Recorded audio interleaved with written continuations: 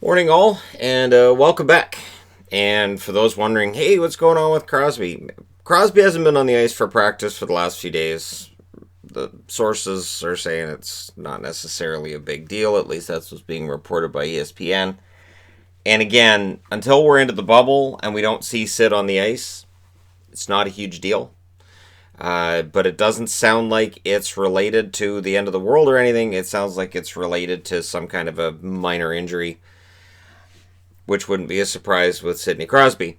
Now, awards finalists were announced today for the Norris. John Carlson, Roman Josi, Victor Hedman. Not really a big surprise with any of those three. I think Hedman's the best all-around defenseman in the National Hockey League. I think Josi is one of the best all-around defensemen in the NHL. And Carlson probably gets the award this year. Carlson has been kind of hosed out of the award before, so I would think this should be the year that he wins one. But we'll see, because Josi was on an amazing tear at the time that the pause took place. Josi was playing really, really well, and it looked like he had closed the gap. Hedman being on here is because he's the best all-around defenseman in the NHL. Selke finalists. I believe Hedman's the best defenseman, but Carlson had the best season. Those two things are not necessarily the same. So one of those things kind of drives me nuts when it's, well, this guy's the best player in the NHL, so you should get that award. Well, no. Who had the best season? Doesn't necessarily mean you're the best overall player. Now, Selke finalists, Bergeron. Patrice Bergeron of these guys. Sean Couturier and Ryan O'Reilly, and we'll act like we're surprised by any of those three names. I think Couturier deserves it. I think Couturier should get it. Do I think he will? It's hard to say, because as long as Bergeron's in the league, there's always the chance he's going to win it again.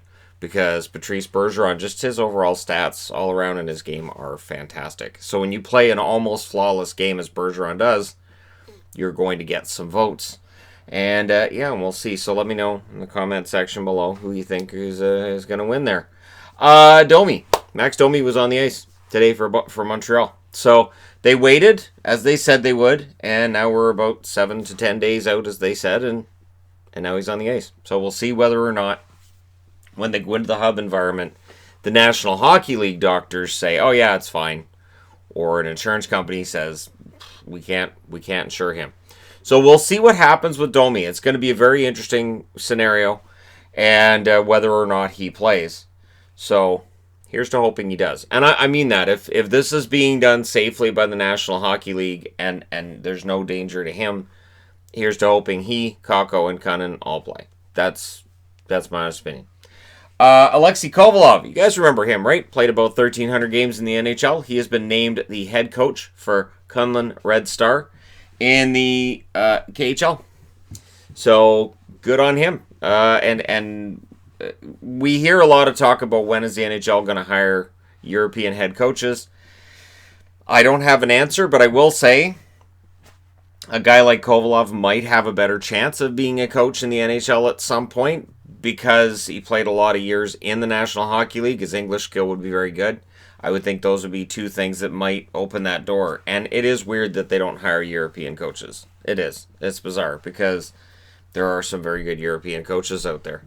Now, there's been a lot of questions about this, and I think when it was revealed that NBC's crew was coming up to do run the world broadcast, the global broadcast out of Toronto, there was some confusion about whether or not there would be a Sportsnet crew. And yeah, Sportsnet will be broadcasting all of the games. All of the games will be on Sportsnet up here, and on Saturday, the two games featuring Canadian teams that are on last on Saturday will in fact be on CBC. So CBC will have games on Saturdays, it would appear, and Sportsnet will have the games other than that. The interesting part is that Sportsnet has 100% of the rights. CBC has nothing. So in reality, Sportsnet could say, well, we're just not going to show Hockey Night in Canada anymore. They're not going to do that, but they could. And they could just take Hockey Night in Canada and say, we're going to just throw that onto Sportsnet. But yeah, so all of the games will be on Sportsnet. I'm not sure on the American side. It sounds like maybe some regional broadcasting for certain series, national broadcasts for others. You guys know how all over the place the American broadcasts are? Hey, you guys get it. I would think since this playoffs, though, if you want to watch the games, you won't have a problem finding them. Prohorkin. I like Prohorkin, and apparently he is going to leave the Kings. After one season where I thought he showed some potential. I did. I thought Prohorkin showed some potential. And I'm going to call it now. Evgeny Dowdenov, when he first came over to the NHL, he didn't last very long, and then he went back home, and when he came back over here, he was great. I think Prohorkin could do the exact same thing. It's not a huge loss for LA. LA's a team that's bringing in a bunch of prospects. And it's going to be a young team. It's going to be a fast, exciting, fun team to watch. You can replace Prohorkin relatively easily. It's not like he played every game this year either. But still, if he's not on the ice for the Kings, that I don't know. I'm not going to say it's a missed opportunity, but the kid has some talent there. Anyways, everybody was going nuts on Saturday. I was getting messages on social media. Did you see that there's like 9 Bruins that have been held out? Yeah. I didn't care, honestly, because again, we're not up to the stage where anybody's in a bubble, and most of the players that were held off on Saturday are back. Apparently, there were some inconclusive tests, is the rumor, and they're fine. So after inconclusive tests, they held guys out, and they went, no, it's fine, it's fine. Test came back negative the next time around, so yeah, all right. So yeah, most of them are on the ice today, and apparently Tuukka Rask may or may not be dealing with a hand injury. I have to say this whole non-disclosure thing is driving the media completely crazy.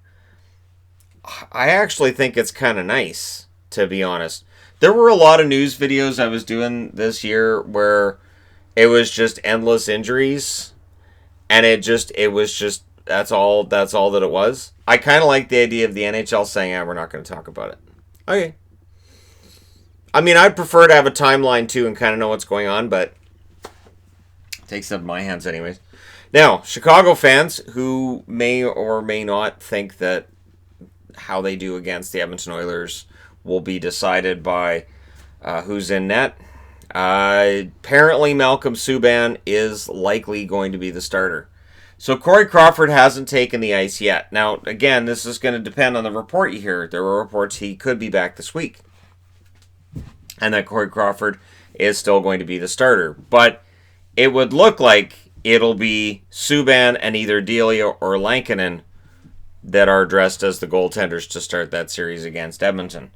And that's a huge difference maker right there. Crawford didn't have like an absolutely fantastic season, but he's still Corey Crawford. And he is still capable of getting hot in a 5-game series. Yes. And Subban, this might be his best chance. This is the best chance that Malcolm Subban is likely going to get to prove that he can be a starter in the National Hockey League. He did not get that opportunity in Vegas. And when he had back-to-back starts, he would usually fumble one or the other, sometimes both.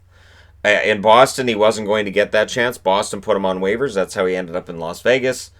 And he's a guy going into restricted free agency. He could make a good case that he should stick around if he has a really good play-in round. If Chicago were able to score the unlikely knockout of the Edmonton Oilers in the play-in round, and Subban plays absolutely great and puts up like a 920 plus save percentage, he can then sit down with them and go, I am going to be a starting goaltender in the NHL. I'm a goalie of the future. And then we'll see whether or not he's right. But there you go. Your news of the day. Let me know your thoughts in the comments section below as always. Don't forget to hit like and subscribe if you're browsing your way through. You just happened upon this video. Thank you guys so much for watching, for all your support. I will talk to you again soon.